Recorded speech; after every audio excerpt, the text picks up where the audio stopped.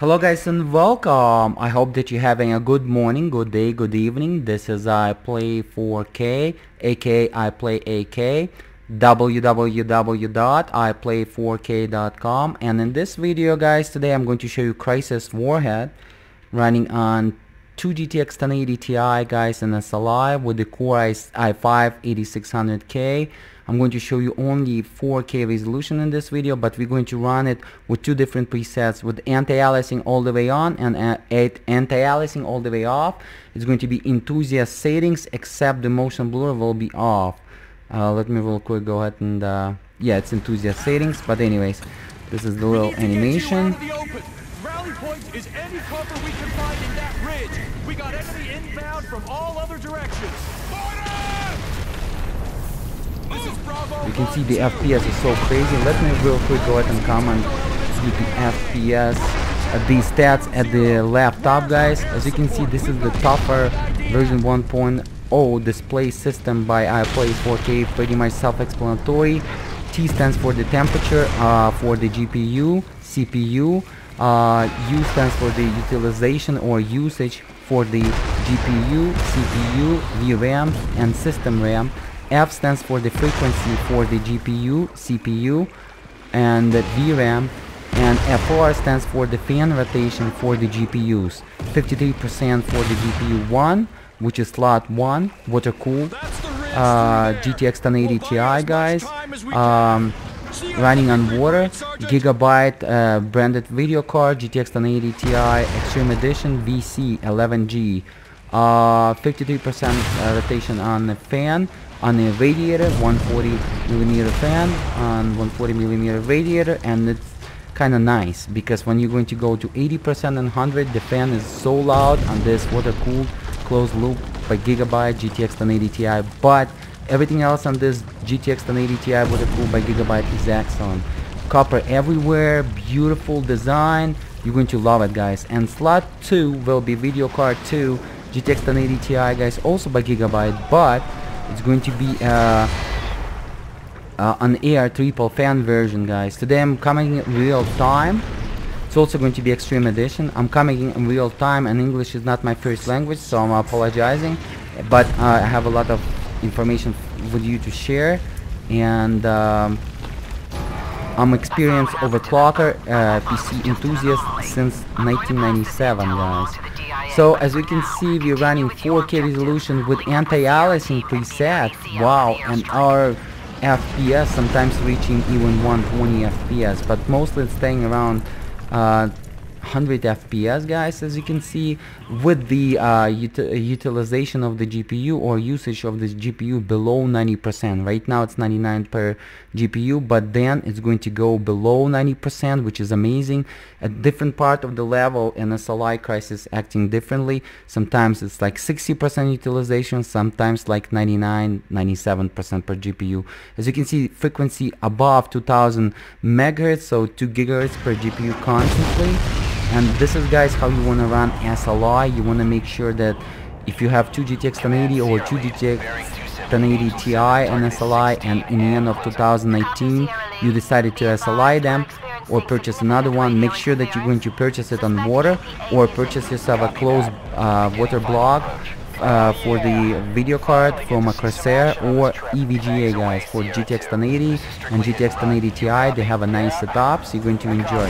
Otherwise you're going to throttle down your SLI setup and your utilization will be soft and the frequency will be like 1800 megahertz on GPU constantly, and this is what you don't want it. So you want to make sure if you're running an SLI and a chipset Z270, Z370, you want to make sure when you don't have any slot for video card to breathe, you want to make sure that slot 1 is water cooled, video card 1 is water cooled, and it's going to run like this constantly, beautifully, and giving you a beautiful above 200 gigahertz performance on the Pascal GPU architecture GP102, and this is exactly what you want if you want to utilize your Pascal fully and gaming flagship, which is GTX 1080 Ti video card.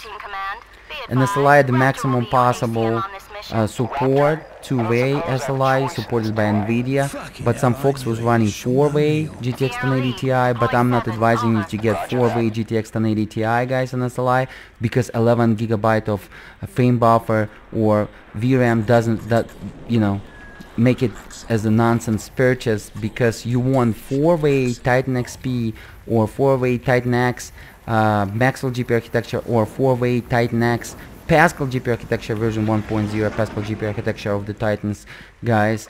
This is what you want in SLI, and it's hard to do, but at least you're going to have 12 GB of frame buffer or VRAM, 12 GB, and it's going to be enough for you to run 8K resolution. With the 2 GTX 1080 Ti, guys, or 4 GTX 1080 Ti, 8K resolution is impossible because you don't have enough frame buffer to support that. 11 GB is not enough on the GTX 1080 Ti, guys. Got a beautiful visuals, guys. Even at 60% utilization, my FPS is above 80 FPS average. Very comfortable with 8 times anti-aliasing, guys. This is not a joke, this is the crisis. And as you can see, the Pascal GPU architecture doesn't care if you're running anti-aliasing or not. It's just going to, eat that anti-aliasing enable option like there is almost none. And this is unbelievable. I'm about to release the anti-aliasing, and we will try without the anti-aliasing, but before that, let's go ahead and have a look how it's going to perform with anti-aliasing. As you can see, game is running, guys, completely on stock.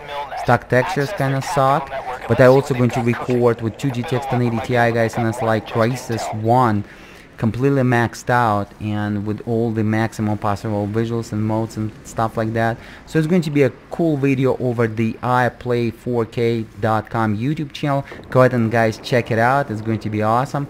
It's going to be fun. Look like I'm going to bring down a few dudes over here. Let me align.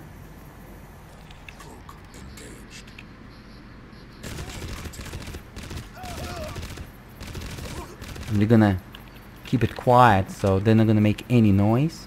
Got a beautiful visuals of DirectX 10, CryEngine 2, guys. Crysis Warhead is based on a Crysis 1 game engine, which is the CryEngine 2.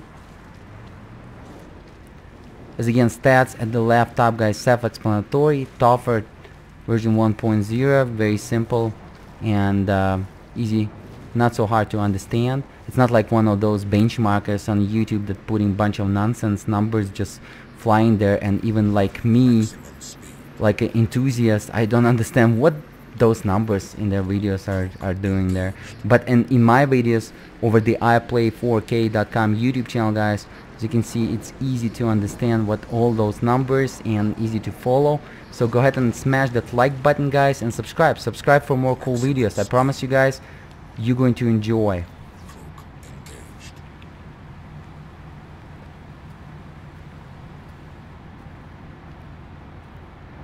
The vehicle physics was excellent in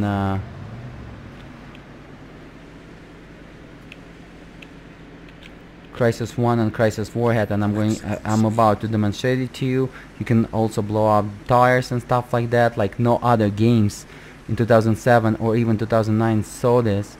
This is unbelievable, and as you can see, we didn't move too far since 2007, and this is the CryEngine 2 is the game engine that was developed in 2004, 2005, guys. Keep that in mind. Wow, almost 100 FPS, guys. I mean, if this is not awesome, what is awesome then? Let me real quick go ahead and shut down the anti-aliasing, guys, and we're going to go ahead and see what kind of GPU utilization and what kind of VRAM utilization will be when we're going to make anti-aliasing is off. It's probably going to be less VRAM utilization and probably less GPU utilization, because we're going to stress our GPU less, and somehow the Pascal has the syndrome. Let me show you something, guys. Let me show you something. Come on. Look what we can do, guys.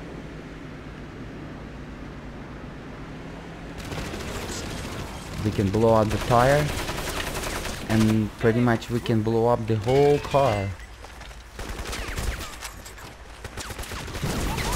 like that, and check it out, guys. Bam, that's just unbelievable.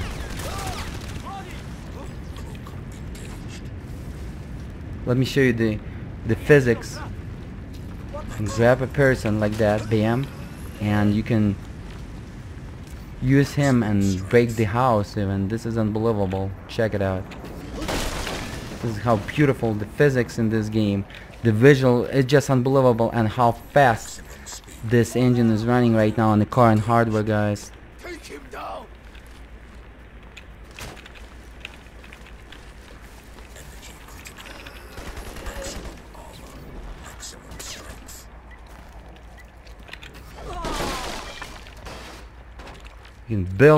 You can break the buildings, guys, with the dead bodies, as you can see, with their bones.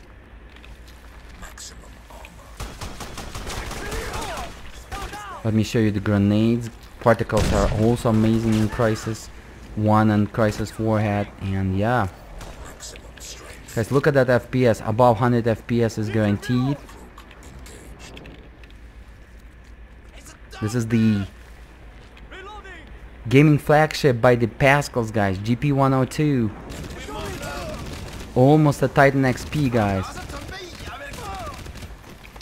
And too bad doesn't have 12 gigabytes of frame buffer, and 8K is impossible in this game, on this system. This is the one con. Otherwise it would be a great video card.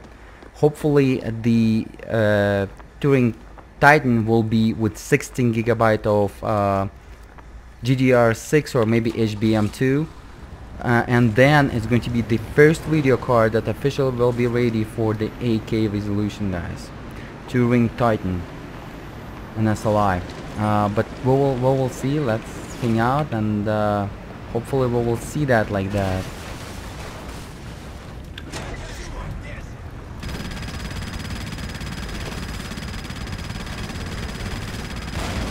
Bam, and it's just blowing the objects like without any slowdowns.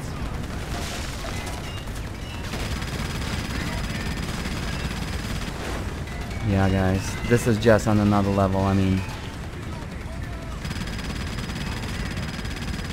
it's running so comfortable, guys, and you can see the GPU utilization suck, but nobody cares about it.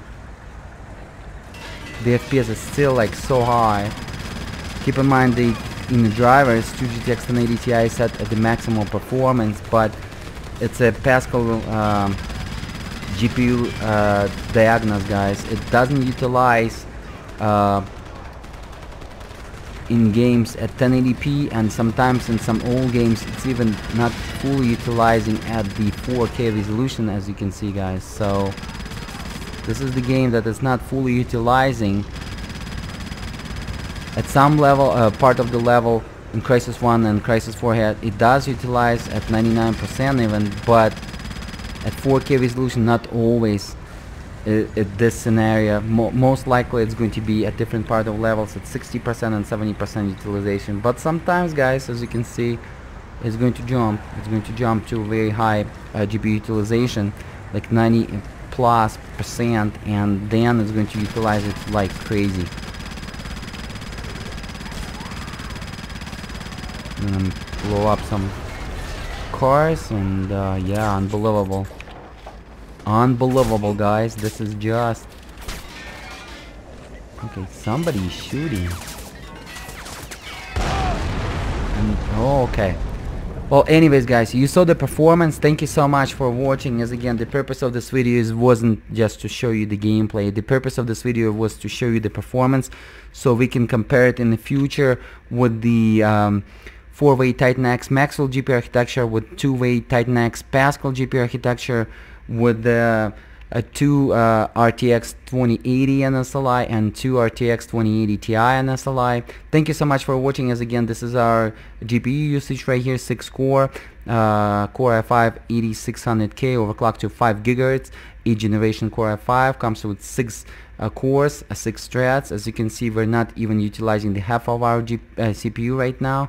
Only a few cores was utilized, and 5000 megahertz per core, guys, at 4 4000 megahertz on the cache. Motherboard was Asus Maximus 10 Hera Wi-Fi AC, beautiful motherboard, Z370 chipset. Memory was 2000 times 2, 4000 megahertz, CL17, but originally memory is 4500 megahertz, CL19, but it is unstable on the Z370 motherboard. Asus Maximus 10 here, some people saying X here, but properly 10 here because it was 9 and 8 Roman numbers, Maximus editions. But anyways, you know, set to the maximum as again 2 GTX 1080 Ti guys with the Micron GDDR5X and benching. Let me show you the benching numbers. Benching numbers are very high guys. As you can see, let me go ahead and start with the CPU Wolfdale E8500 2 cores, a core to duo, for 2 threads guys. Check it out, almost by 5 times. This was the overclocking king back in 2010, by 5 times. Then let me go ahead and show you the king, another king, i7 2600K, a 2nd generation Core i7, 4 cores, 8 threads, was also overclocking king, and we are about 2 times faster. Then I'm going to go ahead and show you 6700K Core i7, 4 cores, 8 threads guys, 4 gigahertz plain stock, and we are faster by about 1.2 times. Unbelievable. 6th generation Core i7 with the Core i5 we're faster. 7700K desktop version Core i7 7th generation. There is also a beautiful CPU for the laptop, 7700HQ, but this is going to be 7700K, 4.2 gigahertz stock, 4 cores, 8 threads. It's still faster than it by about 1.1 time. Unbelievable. 7th generation Core i7, and here's the 5960X. We are the same performance. This is unbelievable for the multi-threading, and for the single threads we are faster. This is unbelievable. This CPU costs $1,000 guys, and we are equal or faster. We're 6 core right now, 8th generation Core i5, and this is the 8th generation Core i7 guys, a little bit faster with multi-threading applications as you can see, but single threaded application we're faster than that. So it doesn't matter, you know, cores will be faster. We are running faster frequencies, 5 gigahertz versus 3.7. That Core 8700K Core i7.